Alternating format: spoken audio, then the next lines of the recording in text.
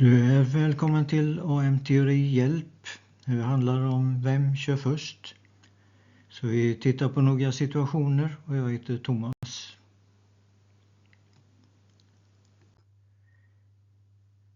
Vi börjar direkt med 4 förare som ska svänga till höger. Vi kör fram de 2 mopederna till korsningen. Alla kör samtidigt och enligt de gröna pilarna ser du att det blir ingen korsande trafik. Förbered med tecken, sänk farten så blir det smidigt för alla. Åtgärder, hastighet, tecken och placering.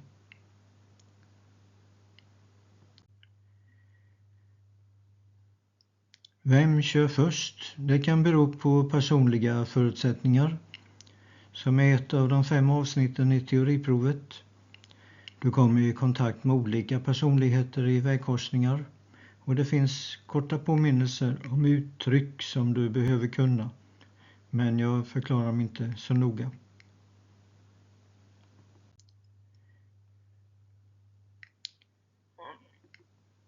Vem kör först till nästa korsning?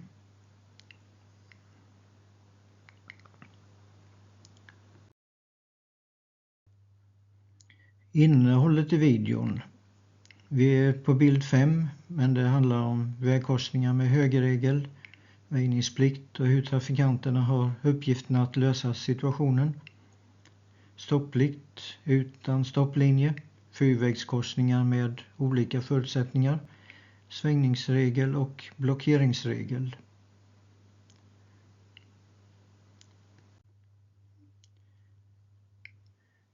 Vi startar med en huvudled. Mopedföraren är på väg fram till huvudledens början.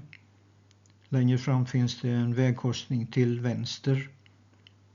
Föraren vet redan nu att det är någon form av väjningsplikt för trafikanter som ansluter till huvudleden. Mopedföraren ska svänga till vänster i korsningen.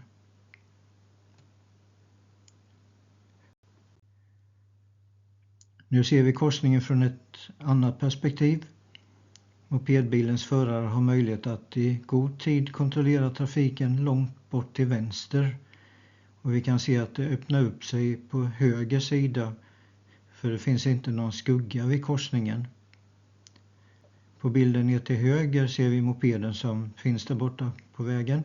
Och på bilden till vänster ser vi föraren visa tecken för vänstersväng. Om du ser det här och sänkt farten, då undviker du att behöva stanna vid väjningsplikten. Titta först åt det håll som du har bra sikt åt. Kör fram och titta även en gång extra till vänster så att du inte blir lurad.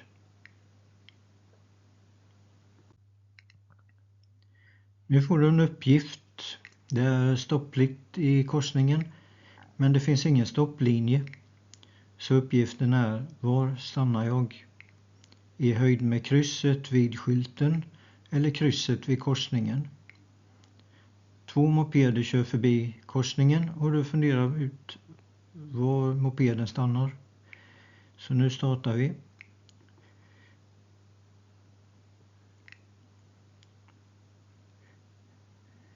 Du ser att mopeden stannar framme vid korsningen. Skylten kan sitta långt in på vägen, 20-25 meter. Så finns det ingen linje, kör fram till korsningen. Finns det en linje, stanna vid linjen.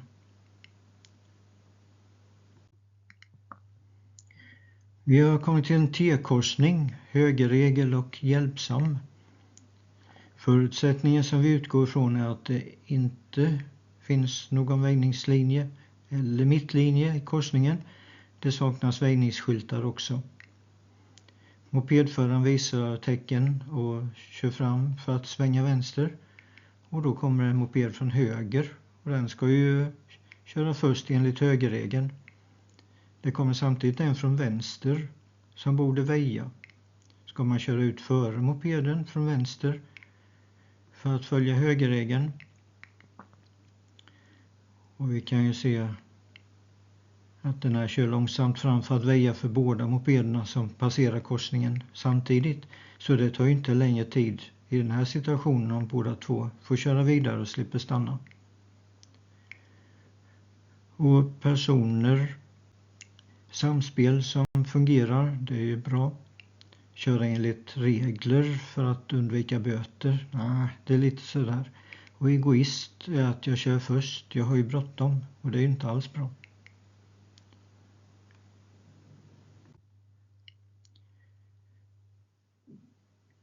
Väjningsregler med linjer. Det är stopplikt och väjningsplikt och då kan vi se hur de två förarna kör när det är deras tur. Du vet ju att föraren vid väjningsplikten borde inte stanna och du vet ju också att föraren är skyldig att stanna vid stopplinjen.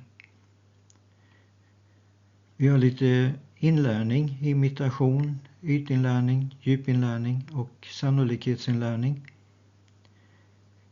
Nu kör vi dem och du kan se då att mopeden vid stopplinjen står kvar och den som passerar väjningslinjen stannar inte utan gjorde det lite smidigt och miljömässigt.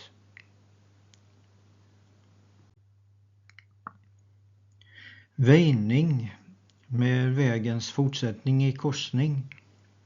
Vi har ju sett skyltarna i tidigare video och den här gången är det mopedföraren som vill lämna genomfartsvägen och göra en avstickare rakt fram eller till vänster.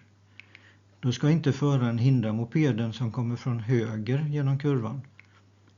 Det blir skyldighet att väja för den mötande föraren och det är en speciell variant av svängningsregeln.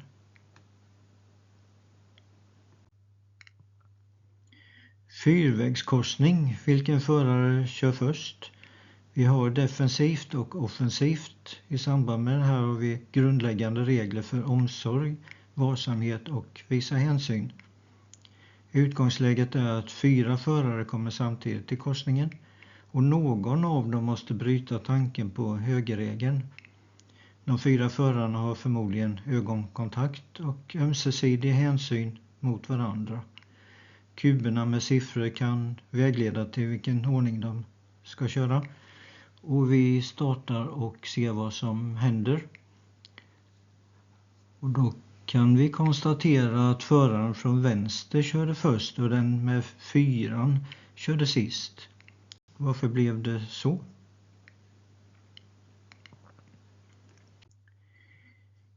Här kan du se att en förare är offensiv och den andra till höger är defensiv. Då körde den offensiva föraren först och utnyttjade övertaget mot den defensiva föraren. De andra 2 körde ut efter det och då kan vi konstatera att de 3 följde högerregeln. Vi spelar upp det här igen.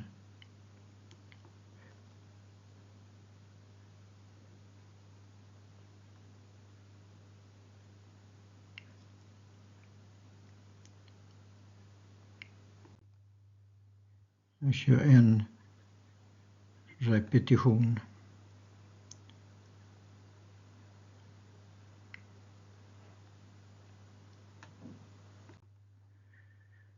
Nu byter vi så att det är en offensiv ner till höger och en defensiv uppe till höger. Då får vi se om de andra 2 förarna kör enligt högerregeln eller om den förare som är uppe i bilden kör först. Nu låter vi dem köra. Det blev inte någon högerregel den här gången.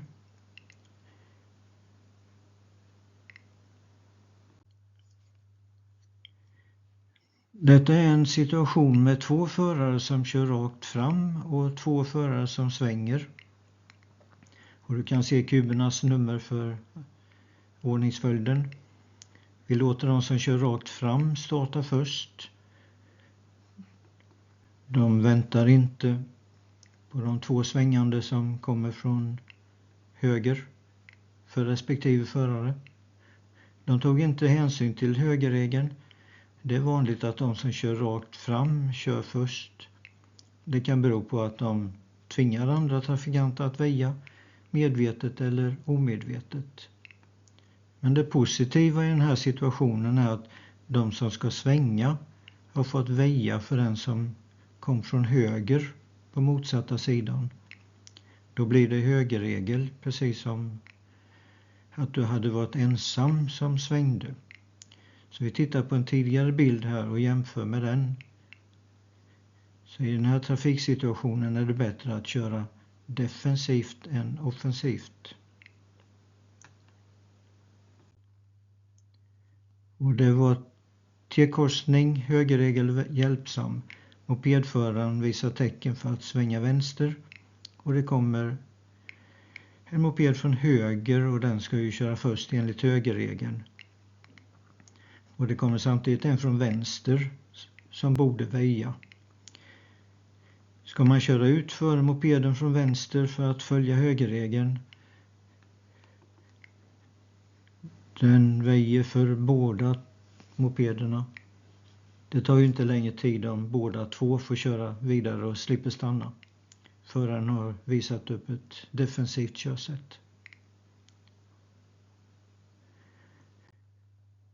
Då har vi två förare som svänger till vänster. Kuberna visar ordningen som de startar. Det blir högerregel i början av korsningen. De två som kör rakt fram får anpassa hastigheten. Frågan är om de som svänger vänster är förberedda på att det kommer mopeder på deras sida från höger. Det innebär att de har inte iakttagit väjningsplikt för den som närmar sig från höger. Så i den här trafiksituationen är det bättre att köra defensivt än offensivt.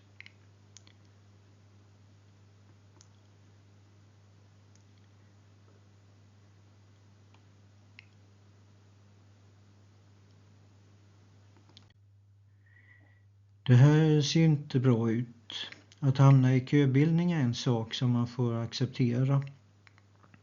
Att stå i kö och bli fast i vägkorsning eller på övergångsställe, det kallas för blockeringsregel. Kör man in i korsningen så ska man kunna köra därifrån. Nu har vi både köbildning och en gående. Bilen framför mopederna ska ju inte stå där och den röda lastbilen ska inte kört fram ända fram på övergångsstället. Det kallas blockeringsregel när man fastnar i korsningen.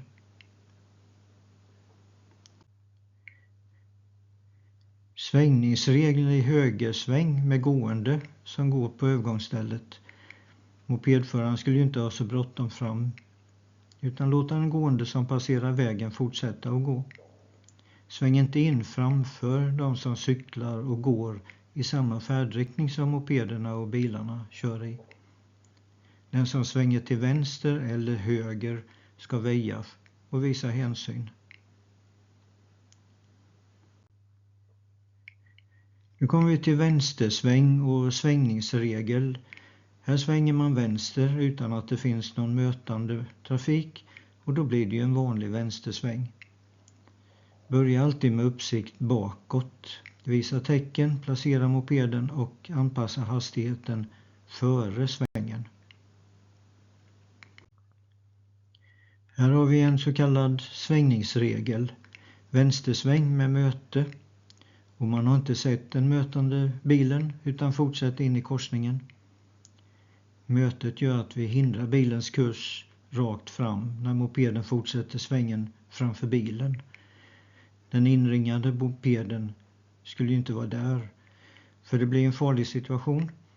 Och anledningen till att situationen kan vara bristande avsökning i närområdet och att mopedföraren tittar för mycket in på vägen till vänster och såg inte bilen. Nu ser vi det från motsatt håll av en vänstersväng i korsningen. Det är inget möte så det är ju en normal vänstersväng.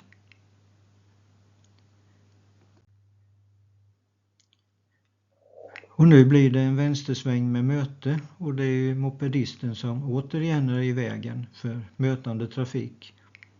Så man hindrar ju färdvägen för lastbilen och det är det som är svängningsregel. Ta hänsyn till både trafiken på gatan och cykelbana på sidan.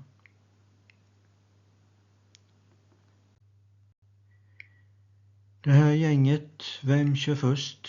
Vi tackar för oss. Det var AM, körkort, vem kör först? Visa hänsyn och varsamhet. Samspela och defensiv. Det gäller att skydda sig. Det är många bilförare som inte ser mopeden för att backspegel och dörrstolpe skymmer.